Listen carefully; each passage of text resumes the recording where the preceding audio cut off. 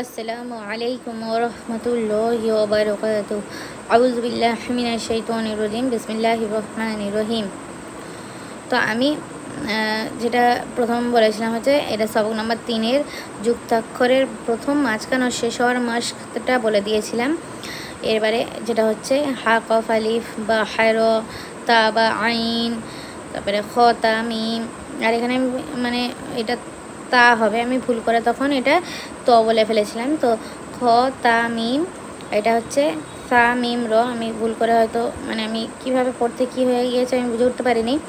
এখানে সা মিম র আমি সিন বলে দিয়েছিলাম, তো এটা সা হবে সা মিম র।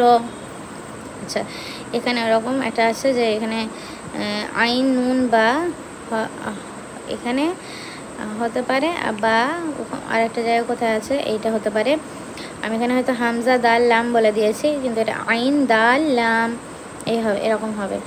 আর এখানে বা বলে ফেলেছিলাম, এটা ইয়া লাম দাল, ইয়া লাম দাল, এভাবে পড়তে হবে। ঠিক আছে, এখানে ভুলগুলো আমি বলে দিলাম, যেখানে যেখানে আমার ভুল গিয়েছে আমি বলে দিলাম।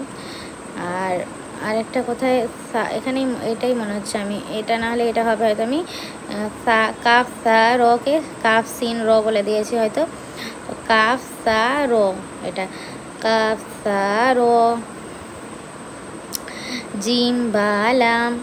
তো এইগুলো বলে দিয়েছি যে এইগুলো কীভাবে পড়তে হয়। এগুলো একটা মানে 3টে অক্ষরের মাস্ক, মানে যেটা প্লেন, যুক্তাক্ষরের প্লেন, মানে এত কোনো না জাবা জের কিছু নেই। এগুলো হচ্ছে প্রথম আমরা যেটা আলিফ বা তা সা পড়েছি, এবার এগুলোর হচ্ছে যুক্তাক্ষরেরগুলো, এগুলো মাস্ক, যুক্তাক্ষরের মাস্ক।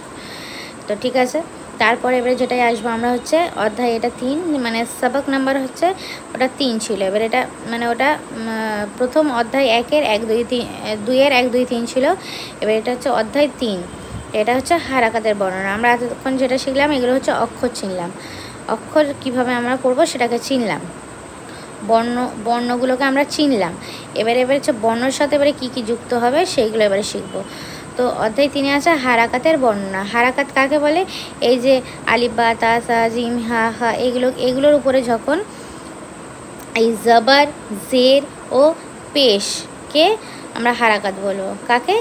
জবর জের আর পেশ। যখন এই আলিফ বা তা সার উপরে যখন এরকম লাইন টানা, নিচে এরকমভাবে গোল টাইপের এই টাইপের চিহ্নটা থাকবে, তখন এই যে অক্ষরগুলো মানে এই চিহ্নগুলোকে আমরা কি বলবো? হারাকাত।